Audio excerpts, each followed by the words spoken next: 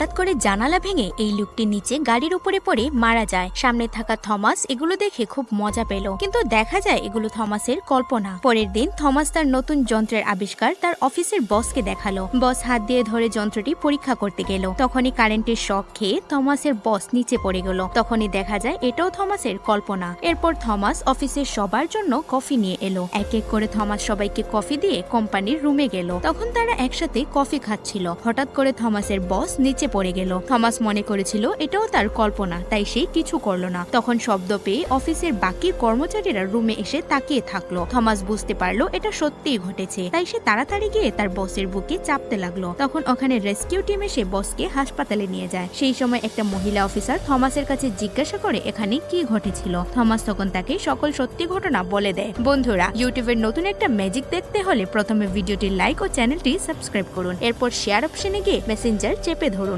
দেখুন কত সুন্দর ম্যাজিক।